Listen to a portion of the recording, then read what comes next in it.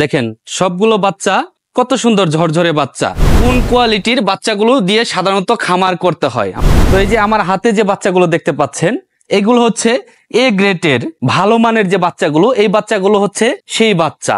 এই যে দেখেন নাবিকাসা বাচ্চাটা কিন্তু মারা গেছে। এই যে দেখেন আমার হাতে দুইটা বাচ্চা দেখতে পাচ্ছেন। আসসালামু আলাইকুম, মাই বাংলা ভিডিও ইউটিউব চ্যানেলের পক্ষ থেকে সকলকে অভিনন্দন। আশা করি সকলে ভালো আছেন। তো আজকে আপনাদের মাঝে আবারও চলে আসলাম আরেকটি নতুন ভিডিও নিয়ে। আর আজকের এই ভিডিওতে আপনাদেরকে দেখাবো যে অরিজিনালি খামার করতে গেলে কোন ধরনের বাচ্চা দিয়ে, কোন গ্রেডের বাচ্চা দিয়ে আপনারা মূলত খামার করবেন, এবং যে কোয়ালিটি বাচ্চা দিয়ে আপনারা খামার করলে খামারে লাভবান হতে পারবেন। আজকের এই ভিডিওতে, ফুল ভিডিওতে আজকে বিস্তারিত আলোচনা করব। তো আপনারা হয়তো জানেনই যে এটি হচ্ছে আমাদের হ্যাচারি। আর এই একটা ঘরে আমাদের এই মেশিনগুলোতে ডিম দেওয়া আছে, এবং আরও যে আরেকটি ঘর আছে ওই ঘরেতেও কিন্তু ডিম দেওয়া আছে। তো আমি আপনাদেরকে একটু বলবো যে সাধারণত একটা জিনিস আপনাদের মনে রাখতে হবে, সেটি হচ্ছে যে কোনো জিনিসেরই যদি বীজটা যদি ভালো হয়, ফল কিন্তু অবশ্যই ভালো হবে। তো সেক্ষেত্রে অতি ফার্স্টে আপনাদের বিষয়টা জানতে হবে যে আপনারা যদি নিজেরা যদি ডিম থেকে যদি বাচ্চা কখনো যদি উৎপাদন করেন, সেক্ষেত্রে আপনাদের ভালো মানের উর্বর যে ডিমগুলো, এই ডিমগুলো আপনাদের সংরক্ষণ করতে হবে।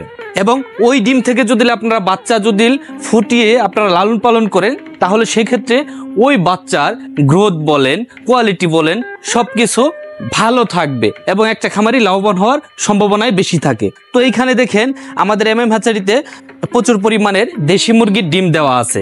তো প্রত্যেকটা ডিমের সাইজ যদি ভালো হয়, তাহলেই কিন্তু বাচ্চার কোয়ালিটি ভালো হবে। এই যে আমার এই হাতে যে দেখতে পাচ্ছেন, দেখেন এখানে 4টা ডিম দেওয়া আছে, এখানে 4টা ডিম দেওয়া আছে। দেখেন প্রত্যেকটা ডিম একই কোয়ালিটি, একই ক্যাটাগরির। তো এই ডিমগুলো থেকে কিন্তু একই সাইজের, একই ক্যাটাগরির বাচ্চাগুলো আমরা কিন্তু এই ডিম থেকে আশা করি যে পাবো। তো আমি আপনাদেরকে একটু বাচ্চাগুলো দেখাবো। আমাদের যে আরেকটি হ্যাচিং ঘর আছে, ওই ঘরে গিয়ে আপনাদেরকে যে কোন সাইজের, কোন ক্যাটাগরি বাচ্চারা আপনারা সাধারণত সংরক্ষণ করবেন, এই বিষয় সম্বন্ধে আজকে আপনাদেরকে দেখাবো। আমরা এখন একটু ওই ঘরে যাব।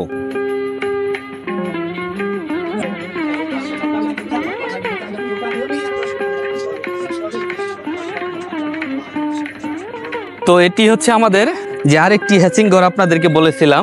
তো এইখানে মূলত আমরা সাধারণত বাচ্চাগুলো রেখে দেই। আর এইখানে এই যে একটা মেশিনের কাজ চলতেছে, এটা কিন্তু আগে থেকেই ব্যবহার করা হয় এই মেশিনটা। আর এটার কিছু যন্ত্রাংশ নষ্ট হয়ে যাওয়ার কারণে এই কাজগুলো আবার ভালোভাবে রিপেয়ারিং করা হচ্ছে। তো এইখানে আমি আপনাদেরকে একটু দেখাই। এখানে যে বক্সটা দেখতে পাচ্ছেন, এটার বাচ্চা গতকালকে বের হয়েছে, যে বাচ্চাগুলো আমরা ব্রোডারে রেখেছি। আর এই যে এখানে যে মেশিনটা দেখতে পাচ্ছেন, এই মেশিনের বাচ্চা কিন্তু কয়েকদিনের ভিতরে কিন্তু বের হবে। এই মেশিনের বাচ্চাগুলো, এই ডিম থেকে বাচ্চাগুলো বের হবে। এবং রেগুলার প্রতিনিয়ত আমাদের এখানে কিন্তু দেশি মুরগির ডিমগুলো বসানো হচ্ছে।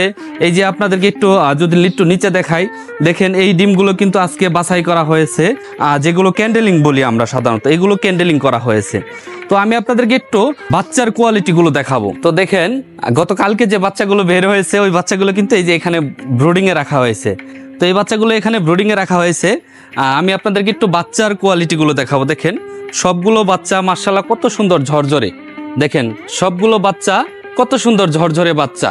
আর এই বাচ্চার কোয়ালিটি যদি আমি আপনাদেরকে একটু দেখাই, কোন কোয়ালিটির বাচ্চাগুলো দিয়ে সাধারণত খামার করতে হয়।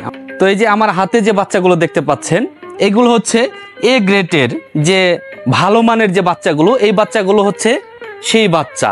এবং এর ভিতরে কিন্তু বি গ্রেড বলেন, সি গ্রেড বলেন, এই বাচ্চাগুলো থাকে, যে বাচ্চাগুলো সাধারণত খামারিরা নেওয়ার পর, ব্রুডিংয়ে রাখার পর বাচ্চাগুলো মারা যায়। আমি আপনাদেরকে একটু দেখাবো। দেখেন আমাদের এখানে বি গ্রেড, সি গ্রেডের যে বাচ্চাগুলো কালকে তো হ্যাচিং হয়েছে, যে বাচ্চাগুলো নাভি কাঁচা থাকে সাধারণত, এই যে দেখেন এই বাচ্চাটা এই যে মারা গেছে। এই যে দেখেন নাবিকাসা বাচ্চাটা কিন্তু মারা গেছে। আর এই বাচ্চার সাইজটা কিন্তু একদমই ছোট, দুর্বল বাচ্চা। আর দেখেন ভালো মানের যে বাচ্চাগুলো দেখেন কত সুন্দর চঞ্চল ঝরঝরে থাকে। তো এখানে আমি আপনাদেরকে বি গ্রেডের যে বাচ্চাগুলো দেখাবো। তো দেখেন এই যে দেখেন আমার হাতে দুইটা বাচ্চা দেখতে পাচ্ছেন। একটি বাচ্চা দেখেন একদমই পাকগুলো ছোট ছোট, বাচ্চার দেখেন সাইজটা অনেকটাই ছোট। আর এইখানে যে বাচ্চাটা দেখতে পাচ্ছেন, দেখেন দুইটা বাচ্চা আমি একসাথে রাখলে কতটুক ডিফারেন্স। এই বাচ্চাগুলো হচ্ছে সাধারণত বি গ্রেড বলেন, সি গ্রেড বলেন। এবং যারা এই ধরনের বাচ্চা দিয়ে, দেখেন বাচ্চার বডিটা অনেকটাই ছোট, আর এই বাচ্চার বডিটা দেখেন অনেকটাই বড়। আর যারা এই ধরনের বাচ্চা দিয়ে যারা খামার করবে তারা কিন্তু কখনো সঠিকভাবে লাভ করতে পারবে না। কারণ এই বাচ্চাটা যেটা আমরা বলি বি গেট সি গেটের বাচ্চা, এই কোয়ালিটি বাচ্চা হচ্ছে এটা।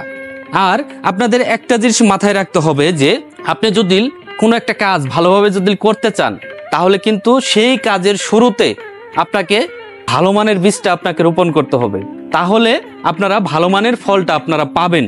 তো দেখেন, আপনারা যদি বাচ্চা নেওয়ার সময় যদি আপনাদের দেখা যাচ্ছে যে আপনারা যদি ভুলবশত যদি আপনারা যে খারাপ মানের যে বাচ্চাটা, যেটা বি গেট বলে সি গেট বলে, এই বাচ্চাগুলো দিয়ে যদি আপনারা যদি খামার করেন, তাহলে কিন্তু কখনো আপনারা এগোতে পারবেন না। তো আমরা কিন্তু সাধারণত বাংলাদেশের বিভিন্ন ডিস্ট্রিক্টে, বিভিন্ন জেলাতে বিভিন্ন খামারিদেরকে আমরা সাধারণত আমাদের এমএমএচের বাচ্চাগুলো দিয়ে থাকি, এবং যারা আমাদের কাছ থেকে নিয়েছে, এই যাবৎ যারা নিয়েছে, তারা কিন্তু মোটামুটিভাবে লাভ করে যাচ্ছে এবং কি খামার রানিং চালিয়ে যাচ্ছে। তো এখানে একটি বিষয় যে আপনি ভালো মানের বাচ্চাটাই আপনি শুধু নিলেন, কিন্তু ভালোভাবে আপনি ট্রিটমেন্ট করলেন না, আপনি যত্ন নিলেন না, তো সেক্ষেত্রে কিন্তু আপনার খামারের লাভটা কখনো এমনি এমনি আসবে না।